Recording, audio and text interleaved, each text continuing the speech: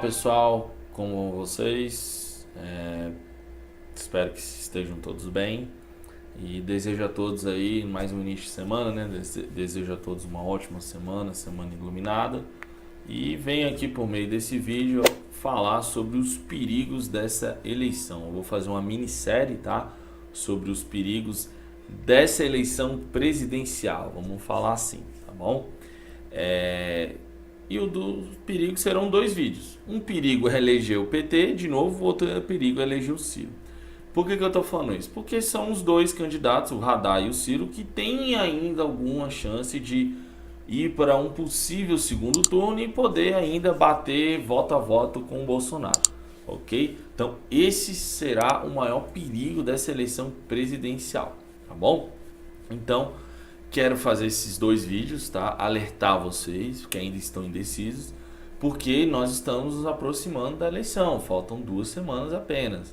Semana passa rápido, não tapa. Quando você for ver, já é dia 7 e aí você ainda está naquela dúvida, né?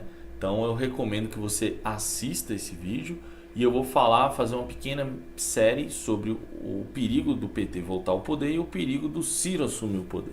Tá bom? E no terceiro vídeo será falando sobre o porquê votar no Bolsonaro nessa eleição presidencial, tá bom? Então vamos lá. Um dos perigos do PT voltar. Gente, vocês têm que entender que a eleição, ela não tá ganha ainda, tá? Ela tá sendo uma eleição muito polarizada, muita gente comenta, mais do que qualquer outra época, eu tenho certeza. Porém, ela ainda tá meio acirrada, tá? Eu sou um eleitor do Bolsonaro, não escondo isso pra ninguém, já sou há alguns anos, tá? Mas eu não sou aquele eleitor cego, eu discordo de algumas coisas que ele fala. Porém, eu entendo a necessidade de votar nele nessas eleições, eu entendo o perigo do que é ele não ser eleito, tá bom? Eu tenho ciência disso, tá? Não é você colocar a ideologia sua em primeiro lugar, não, é você entender o perigo e a situação que envolve tudo isso, tá? Então, primeiramente, é você entender por que é perigoso o PT voltar, tá bom? Primeiramente, o Lula, ele figurava nas pesquisas como o primeiro colocado. Eu já acho uma mentira, não era isso tudo, mas ele tinha sim uma quantidade de votos razoável. Ele estava aí possivelmente à frente do Bolsonaro, sim, eu acredito, tá? Apesar de todos os problemas. Porém, ia ser muito complicado ele ser eleito. Acho que ele não ia ganhar tanta folga não. Mas beleza, ele não foi candidato, obviamente ele não iria ser. Aí entrou o poste dele, que é o Haddad. E agora a campanha já voltou do PT a ficar na ativa, né? Já participa dos debates, né? Já está indo nas sabatinas e por aí vai. Então, o Haddad, ele não é um forte candidato, ele não foi nem reeleito para prefeito de São Paulo, ele foi considerado o pior prefeito em 70% da população. Então, ele é muito fraco, se dependesse só dele, ele não ganha nada. O problema é que... Justamente sobre a prefeitura, o presidente Lula indicou em várias eleições, para eleições, candidatos até então pouco conhecidos da imensa maioria do eleitorado. Os analistas costumam até ter um nome para esse tipo de candidato, candidato poste. Indicou em 2012 o senhor para a prefeitura, para se candidatar à prefeitura de São Paulo. O senhor se elegeu. E 4 anos depois, o senhor tentou se reeleger não mais como um candidato desconhecido, mas como alguém que tinha administrado por 4 anos a maior cidade do país. E o senhor perdeu a eleição. Aliás, o senhor foi o primeiro prefeito o primeiro candidato à reeleição da história da cidade de São Paulo a perder uma reeleição ainda em primeiro turno. Ou seja, a maioria do eleitorado paulistano desaprovou a sua administração. Eu lhe pergunto, por que os eleitores devem acreditar que agora, apenas 2 anos depois, de novo, o presidente Lula o indica, isso é um ungido do presidente Lula, como candidato à presidência da República, e o senhor não vai ter, de novo, a administração reprovada pela maioria do eleitorado? Tem um Lula por trás, que ainda tem um pouco de prestígio, não sei porquê, mas ainda tem. E o PT, que é um partido forte, você não pode negar que o PT roubou muito dinheiro, e isso é um fato, tá? Você pode pesquisar aí nas notícias aqui que o PT comprovadamente roubou. E então eles têm muita grana, eles têm um poder ainda de massificação, eles conseguem atingir ainda uma parcela da população, okay? E ele representa uma ideologia que é forte no Brasil, infelizmente, que é a de esquerda, né? eles meio que representam, não no geral, tem ainda gente de esquerda que não vota no PT, tá? Mas vamos lá, qual é o perigo maior do PT voltar? Primeiramente, eles já falaram abertamente em censurar a mídia. Isso é um fato, o Lula já falou sobre isso num comício, que ele, antes de ele ser preso, que ele falava com essas palavras: nós precisamos regular os meios de comunicação. Ou seja, nós vamos implementar uma censura grossa, né? Ou seja, pode prender, vai matar, vai fechar empresas e o caralho. Eles vão tocar o terror na imprensa.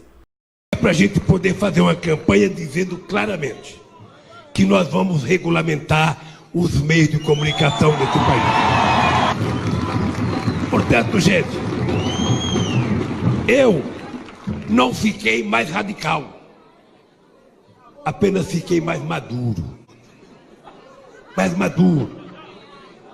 Nosotros jamás nos rendiríamos y lo que no se pudo con los votos lo haríamos con las armas. Pase Arturo, prepárense para un tiempo de masacre y de muerte si fracasara la revolución bolivariana, prepárense. Ok? Isso eles já estão deixando claro, né? Então, sua liberdade de expressão, a liberdade de imprensa vai ser cerceada, já é, né? Mas vai ser mais a fundo e aí nós estamos em apuros. A informação vai começar a se perder, ok? Depois, eles pretendem, isso está em plano de governo, tá? Sistema do judiciário, reforma do sistema do judiciário, ou seja, o que eles querem com isso? Acabar com a Lava Jato, acabar com a delação premiada, né? Acabar com prisão em segunda instância, o Lula já sairia automaticamente e por aí vai. Eles querem uma liberdade jurídica para bandido, é isso que eles querem, tá? E aí a situação vai ficar complicada. Você não vai ver nenhum político mais sendo preso, tá? A Lava Jato não vai conseguir prender ninguém, ela vai acabar e a bandidagem vai ficar pior do que está hoje. Bom, vamos adiante, vamos virar a página, vamos falar agora do falamos do ex-governador, agora do ex-prefeito de São Paulo, Fernando Haddad, que continua sua maratona de entrevistas para apresentar o plano de governo do PT. Nesta terça-feira, os dois principais jornais aqui da cidade, a Folha e o Estadão, deram destaque à conversa com o petista. Ao primeiro, Haddad fez uma série de críticas à elite brasileira. Segundo ele, as classes mais altas são majoritariamente atrasadas e o empresário aqui do país precisa se modernizar e se educar para a democracia. O Estadão deu um outro enfoque para a matéria, trouxe detalhes da proposta de Haddad para ampliar o controle externo do judiciário e de órgãos como o Ministério Público. O petista defende expandir a diversidade de representação nessas esferas para que não sejam corporativas. De certa maneira, o que ele disse também ao valor, né? Também defendeu um mandato que poderia ser de 12 anos para ministros do Supremo Tribunal Federal. Porque ninguém mais vai ser preso, ok? Então, esse é um outro perigo. O outro perigo, pós-reforma do sistema judiciário, seria a questão econômica, né? O PT, ele não é a favor de algumas reformas do tema, acho que de nenhuma, né? Ele vai derrubar essas reformas, eles vão voltar com o imposto sindical de alguma forma, tá? E aí o negócio vai começar a ficar feio, tá? Eles vão ganhar aquele poder de novo que a CUT tinha, tá? Aquela coisa, vão começar a fazer baderna pelo país, tá? A bolsa vai cair constantemente, o dólar vai subir muito, vai para uns 5, 6 reais, isso eu tô falando ainda esse ano, tá? Antes mesmo deles tomarem posse, ok? Quando tomar, só Deus sabe o que vai acontecer, tá bom? Então, na questão econômica, a inflação vai subir, juros, nós estamos fodidos, tá bom? Esse é o termo correto, tá? E também a questão política, né? O PT fala em golpe, foi golpe do Temer e tal. Eu vou pôr um vídeo aqui que fala que o Haddad lá em Alagoas pedindo, vangloriando uma parceria com o Renan Calheiros, que é do PMDB, que agora se chama MDB. Ou seja, não era golpe? É brincadeira, né? Estou aqui em Maragogi, Alagoas, com esse grande governador, Renan Filho, que tem o apoio do Lula para ser reeleito governador do estado. Estou aqui com o senador Renan, a quem eu trago uma mensagem do presidente Lula de agradecimento por toda a defesa que você, Renan, tem feito do Lula, da sua dignidade, pela sua liberdade e pela sua candidatura. Muito importante esse papel que você está exercendo no plano nacional, mas aqui em Alagoas em particular. Então são amigos da democracia, cara, então você vai continuar vendo Renan Calheiros, livre, leve e soltos, vai ver Dilma voltando para a política através do Senado, a Gleisi Hoffmann como deputada, Aécio Neves como deputado, todo mundo apoiando essa situação. Então a política nossa ela vai ficar mais podre ainda com o PT no poder. Aí você vai ver o pau quebrar, tá? Então esse é um dos perigos da eleição. Para mim esse é o pior perigo, tá? É o pior. Numa situação dramática eu ainda pensaria que o Ciro era melhor que o PT. Dramática mesmo, porque esse povo ele não tá para brincadeira, ok? Eles vão transformar o Brasil na Venezuela. Eles já erraram, eles perderam o fio da meada. Eles ficaram 13 anos, não conseguiram, porque eles não conseguiram, eles devem sentir raiva disso, eles não conseguiram corromper as Forças Armadas e a polícia. Talvez por isso que eles não conseguiram implementar uma ditadura de esquerda aqui. Mas agora eles não vão falhar não, tá? Em declarações abertas, no SBT recentemente, o Radar Sabatinado, ele falou, ela perguntou, o que você quer dizer aqui no seu plano de governo com punir pessoas, servidores públicos por atos ou declarações, né? Aí ela perguntou que declarações seriam essas, que punição seria? Ele desenrolou, ele enrolou na verdade a resposta, né?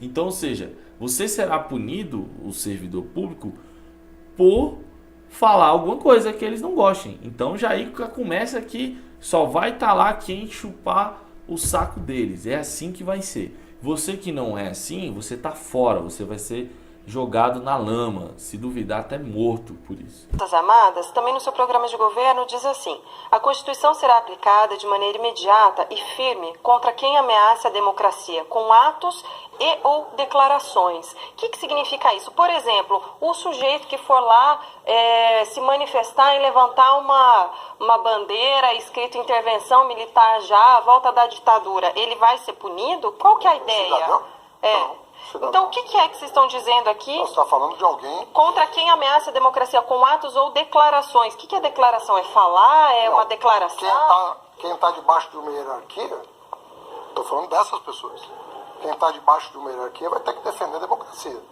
Quem estiver sob o comando da presidência da República vai ter que defender a democracia. Não vai ter acordo com quem quiser sabotar a democracia no Brasil. E aí vai ser feito o quê? Não teremos discussão sobre isso. Isso aqui é um Estado democrático de direito. O que falta aperfeiçoar, nós vamos aperfeiçoar. Todos estão convidados para isso, mas não vai se admitir. Quem estiver debaixo da autoridade da presidência da República não vai poder sabotar a democracia. Então, nem com gestos, nem com declarações, nem com nada. Se um membro das Forças Armadas der uma declaração dessa... Está na rua no dia seguinte. Não se brinca com a democracia. E se for um membro... Nós estamos num momento delicado. Um membro da ativa não pode. E o que vai acontecer com ele? Ato disciplinar. Existe regimento para isso. Ato disciplinar.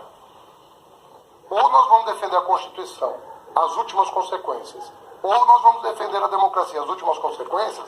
Ou ali na esquina, nós vamos ter uma solução autoritária.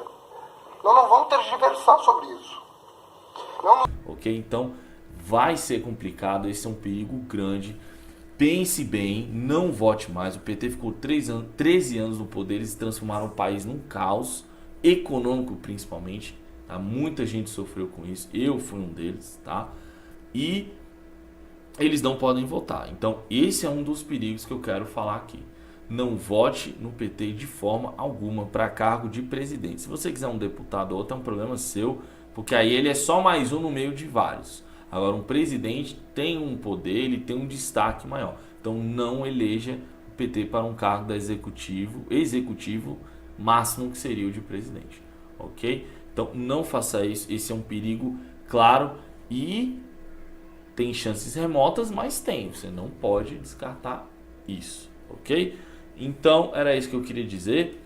Pense melhor, faltam poucos dias e aí você vai refletindo do que pode ocorrer. E o que eu falei consta em plano de governo, são fatos, tá? Eu vou implementar melhor nesse vídeo com os fatos que eu mostrei aqui. E pense melhor, não faça essa cagada de novo, por favor, ok? Então um abraço a todos e até a próxima, até o próximo vídeo, ok? Um abraço.